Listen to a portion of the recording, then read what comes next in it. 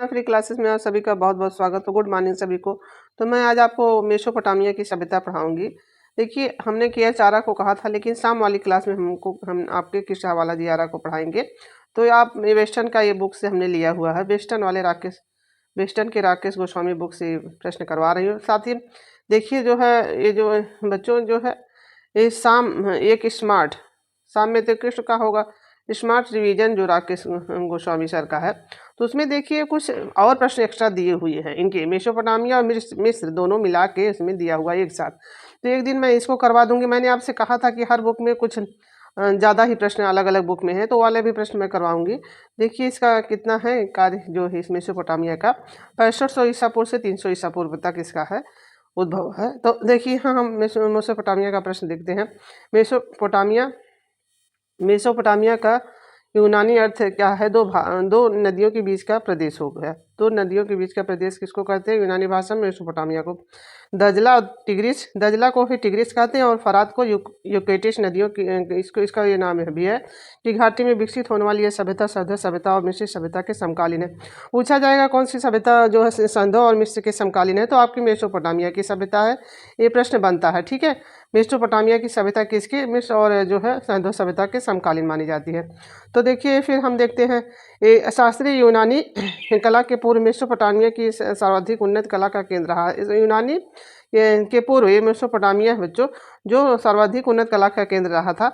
यह सिद्ध हो गया है कि पुराने बाइबिल में के कथानक तथा प्रलय की घटना की सत्यता के बीच यहीं से इसकी घटनाओं की जानकारी मिलती है, अंकुरित हुए है जो।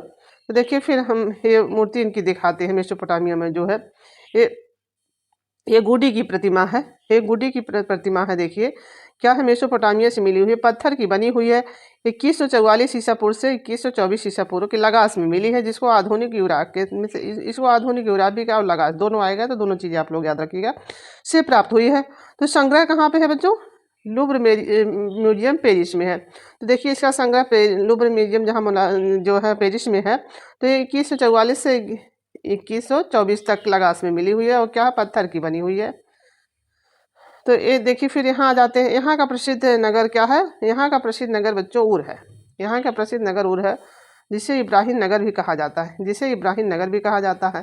तो देखिए मेसोपोटामिया की खोज क्या ब्रिटिश पुरातत्व सर लियोनार्ड वुली और जर्मन पुरातत्व कोल्डवे ने की थी। किसकी खोज? मेसोपोटामिया की खोज बच्चों ब्रिटिश पुरातत्व सर लियोनार्ड वुली और जर्मन पुरातत्व कोल्डवे ने की थी। मेसोपोटामिया की खोज का आएगा तब इनको बताइएगा। यह जैसे उधर प्रागैतिहासिक काल की खोज हुई थी, सबकी हुई थी ना, सिंधु घाटी की सभ्यता की सारी की खोज जो हुई थी, जो जिसने किए थे, जैसे मेसोपोटामिया की सभ्यता की खोज ये कोल्डवे और लियोनार्ड वुली ने की थी। तो लियोनार्ड विंची से भी आप याद रख सकते हैं इनके नाम को मेसोपोटामिया के नाम में। देखिए आगे यही शब्द है ना, लेकिन जैसे शब्दों को कह रहे हैं याद रखिएगा लियोनार्ड से कि मेसोपोटामिया का वहाँ वैसे याद किए थे। देखिए याद करने के तरीके बता रहे, बाकी नाम तो अलग है। इसको जैसे हमने जैसे इसका याद कभी भूल जाए तो आप उनका नाम आपको याद रहता है, इसलिए उनके नाम के आगे जो लियोनार्ड लगा हुआ है तो उससे आप याद कर सकते हैं। और यह याद रहेगा आपको हमेशा। क्लियर विश्व की सबसे प्राचीन सभ्यता थी, जिसका समय 65 ईसा पूर्व से 500 ईसा पूर्व तक माना जाता है। सबसे प्राचीन सभ्यता है। तो देखिए जो मेसोपोटामिया की सबसे प्राचीन अवशेष मुख्य भवनों एवं प्रतिमाओं के रूप में मिलते हैं।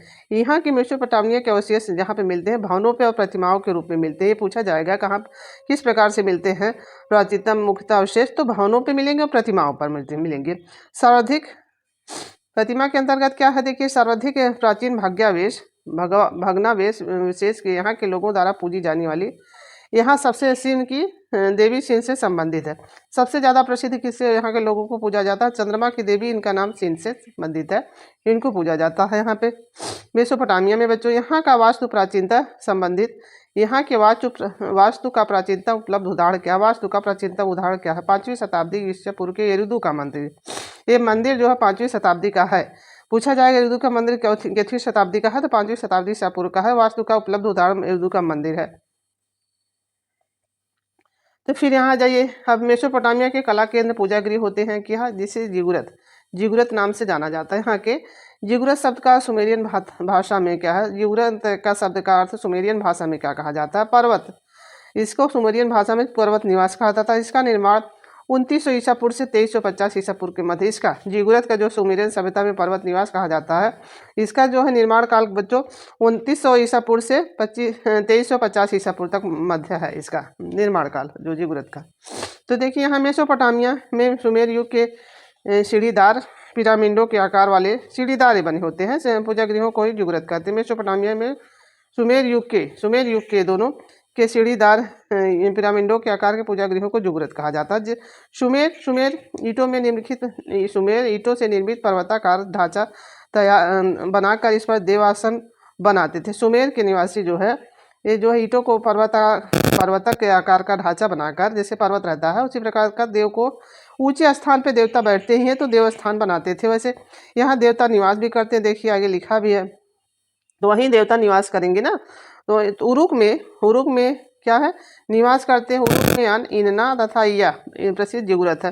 ये जो तीनों जिगुरतों का नाम है अन, इन्ना और या, ये जो है यहाँ पे उरुक में निवास करते हैं, ये जिगुरत थे। तो देखिए हम आगे प्रश्न इनका देखते हैं, ऊपर वाले जो लाइन है देखिए। मेसोपोटामिया को वर्तमान में इराक कहते हैं, इसको वर्तमान में इराक कहते हैं। मेसोपोटामिया ये भी देखिए यहीं ईरान भी आएगा और इराक, तो आप का को याद रखिएगा और जो है इन्ना को नहीं करिएगा, ईरान को मत करिएगा, नहीं तो आपका प्रश्न गलत हो जाएगा। इराक को करिएगा बच्चों, यहाँ पे कन्फ्यूजन होता है, तो इराक आप याद रखिएगा। सुमेरिया, अक्कद, बेबीलोनिया, असीरियन तथा कर्लियन सभ्यताएं यहीं पनपी हुई है। सुमेरिया की सभ्यता और जो है ये अक्कद और बेबीलोनिया और सीरिया, ये मेसोपोटामिया की सभ्यता के यहाँ ये चारों सभ्यताएं पांचों सभ्यताएं यहीं पर विकसित हुई हैं, इराक में ही विकसित हुई हैं। अब देखिए महत्वपूर्ण तथ्य ये नीचे पढ़ लेंगे तब आपको हम यहाँ बताते हैं। देखिए मेसोपोटामिया क्या है, मेसोपोटामिया इराक है ना। देखिए बार बार ये दे रहा तो आप इस चीज़ को उर का महान जिगुरत है। देखिए यहाँ जिगुरत इसका बना हुआ है, उर का महान जिगुरत, जिसका जो कितने सन का है बच्चों 2100 ईसा पूर्व का है। उर का महान जिगुरत है, ये 2100 ईसा पूर्व का है। मेसोपोटामिया में बेबीलोनिया की मीनार तथा झूलते हुए ये बेबीलोनिया की मीनार भी है तथा झूलते हुए बाग कैल्डियन शासन के नेबूखच्चर के शासनकाल में 6ठी शताब्दी ईसा पूर्व में बने। नेबूखच्चर के शासनकाल में कौन, बेबीलोनिया की मीनार और झूलते हुए बाग कैल्डियन के शासक ये काल में 6ठी शताब्दी ईसा पूर्व में बने हैं। कब, 6ठी शताब्दी ईसा पूर्व में बच्चों बने हुए हैं। ये शताब्दी पूछेगा तो 6ठी शताब्दी बताइएगा।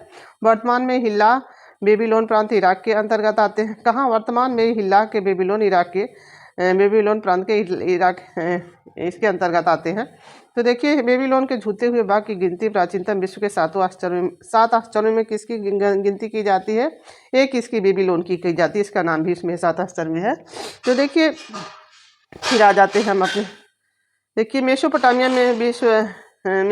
में रंगीन ग्लेड टाइल्सों का प्रयोग 9 बेबीलोनियन शासक है। कहाँ, 9 बेबीलोनियन शासक है।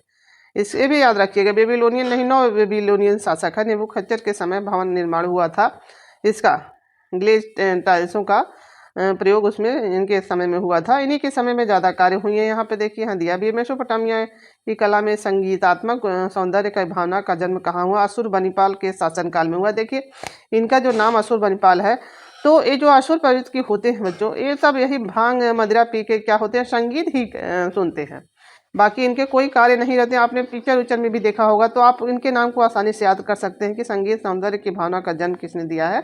तो देखिए संगीतात्मक सौंदर्य का जन्म किसने दिया, अशुरबनिपाल। क्योंकि नाम इतने राजाओं के हैं वहाँ आप कंफ्यूज हो जाएंगे, तो इस तरह आप लोग याद रखिएगा कि समय शासन काल में हुआ था। चापाकार ईंटे का प्रयोग मेसोपोटामिया के मेसिलिम काल के भवनों में, चापाकार ईंटे पूछेगा बच्चों, तो मेसोपोटामिया के मेसिलिम काल के भवनों में हुआ है। मैं तीनों नाम देखिए, मेसोपोटामिया के मेसिलिम काल के भवनों में हुआ है। मेसिलिन काल आप याद रखिएगा मेसोपोटामिया से। तो देखिए यहाँ अभी हम महत्वपूर्ण तथ्य पे आते हैं, फिर वन लाइनर अभी हम प्रश्न 20 में लिए हुए आज इसका मेसोपोटामिया वाला चैप्टर खत्म हो जाएगा।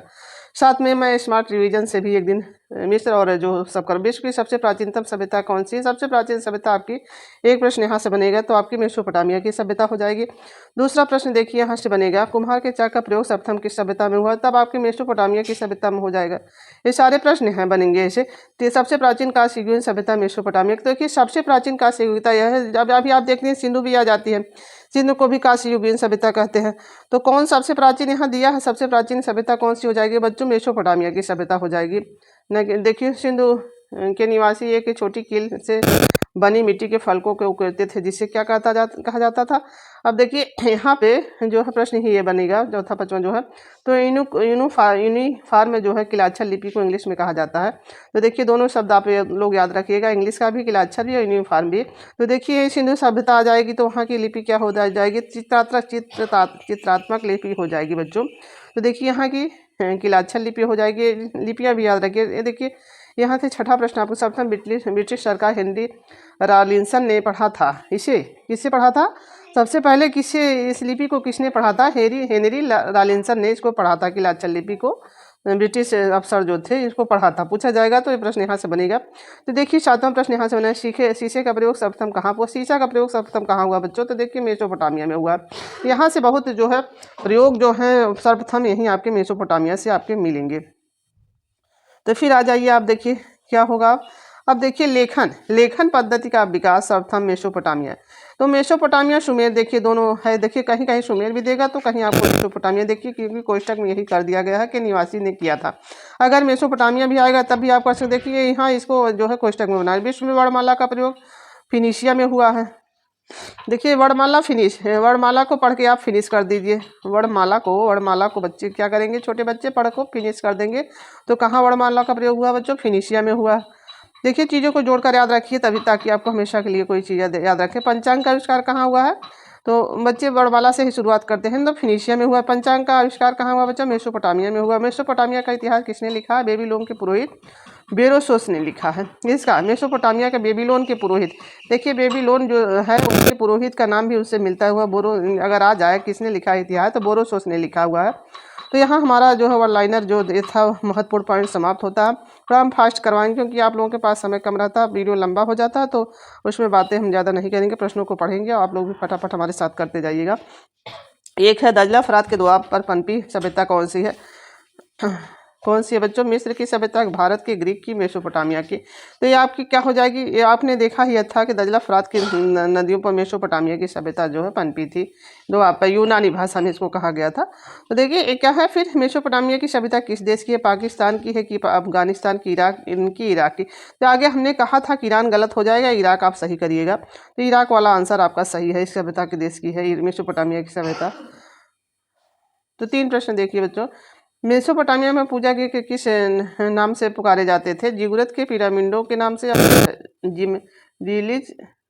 रिलिस्म के नाम से, कि मीनार के नाम से। तो आपने देखा ही था पूजा गृह को जिगुरत कहा जाता था। तो इसका आंसर ये वाला सही हो जाएगा। देखिए फिर क्या हो गया, सुमेरी सभ्यता के प्राचीन मंदिर के अवशेष कहाँ मिले हैं, देखिए लगास में मिले हैं, कि केल्डिया में, उर में, कि एरुदु में। तो आपने आगे देखा था कि जो है यहाँ पे एरुदु में ही इनके जो है जो मंदिर का उर में मिला था ना, उर में एरुदु का मंदिर मिला हुआ था। तो यही एरुदु वाला आंसर आपका सही हो जाएगा।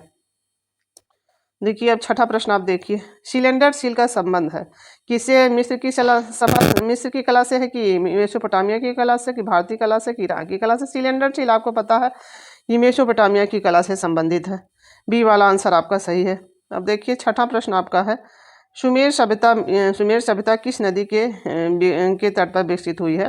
तो देखिए नील नदी के तट पर, कि सिंधु नदी के तट पर, कि वाघ अस्तजे की यूफ्रटस के। तो देखिए सुमेर आपकी यूफ्रटस के अंतर्गत विकसित हुई है, सुमेर वाली। तो देखिए यहीं आ जाएगा आपकी जो है नील नदी के तट पर कौन सी सभ्यता, तो मिस्र वाली।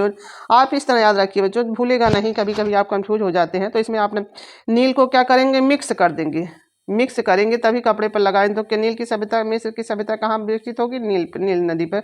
तो देखिए नील नदी के तट पर। तो यहाँ चीज़ों को आप आसानी से उसको याद कर सकते हैं। ये वाला का आंसर ये वाला सही था, सुमेर वाले का। सातवां देखिए, बेबीलोन का प्राचीन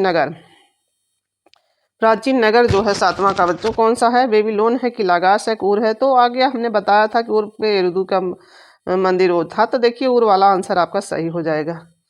फिर आठवां प्रश्न देखिए, यहाँ पे क्या है, मेसोपोटामिया कला के केंद्र कौन से स्थान को कहते हैं, राजभवन को, समाधि को, पूजा गृह को, या पाषाण संबंध को। तो देखिए स्तंभ को, पाषाण स्तंभ को नहीं कहते हैं, पूजा गृह जिगुरत को ही ये वाला आंसर सही हो जाएगा आपका, सी वाला आंसर बच्चों। तो यही देखिए 9वां प्रश्न आप देखते हैं। 9वां क्या है, ये बेबीलोन की मीनार तथा झूलते बाग किस युग में है, सुमेर युग में, कि अकद्दक युग में, कि केल्डियन युग में, कि असीरियन युग। नहीं इसमें असीरियन में नहीं, तो केल्डियन युग के अंतर्गत आपने देखा ही था वहाँ पे वन लाइनर जब ऊपर में हम करवा रहे थे। तो देखिए बेबीलोन में झूलते हुए बाग नीबू खच्चर के समय बना हुआ। तो अब नीबू कहाँ, अब देखिए बाग में क्या मिलेगा, नींबू। ठीक है, अगर भूल नींबू खच्चर के यही इनको बाग में नींबू और नींबू खच्चर को याद रखिएगा, इनके समय नींबू खच्चर को याद रखिएगा। तो देखिए इसका आंसर ये वाला आपका सही था, केल्डियन युग था। इनके युग में जो है उनके काल में था। तो देखिए फिर यहाँ आ जाइए आप, मेसोपोटामिया।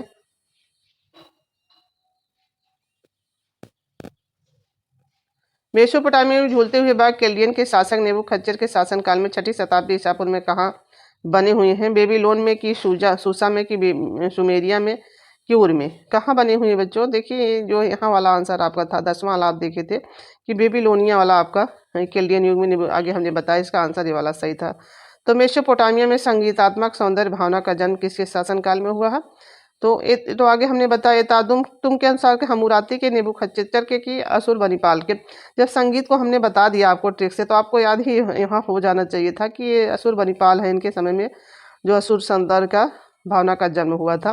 देखिए फिर आ गए आपके क्या, रंगीन ग्लेड टाइल्सों का प्रयोग किस बेबीलोनियन शासन के समय में हुआ? नेबूखद्नेचर के समय में, फराउन खुफू के कि जोसर के कि इनमें से कोई नहीं?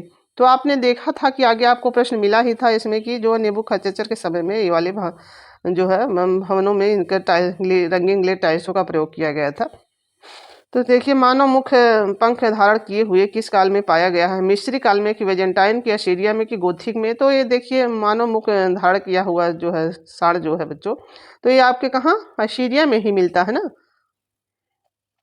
असीरिया में आपकी मिलता है। तब यही हमारा 14वां प्रश्न देखिए, बेबीलोनिया के झूलते हुए बाग, झूलते हुए बाग किसके समय बनवाया गया है? झूलते हुए बाग तो हम्मुराबी, मुरसिलिस या नोबोपोलोसर या नेबूखद्नेचर? देखिए ये वाले झूलते हुए बाग आप आगे पढ़ा ही था, नेबूखद्नेचर के समय। बंदी वाला आंसर इसका सही हो जाएगा बच्चों, ये नेबूखद्नेचर वाला सही है। तो आगे हम जो है यहाँ हमारा ये वाला प्रश्न समाप्त होता है। देखिए हमने बहुत जल्दी ही पढ़ाया है। आगे हम इसके बाद ये वाली इनके वन लाइनर प्रश्न करवाने के बाद आपको देखिए आपको इसके आगे हम मिस्र की कला इसमें से पढ़ाएंगे।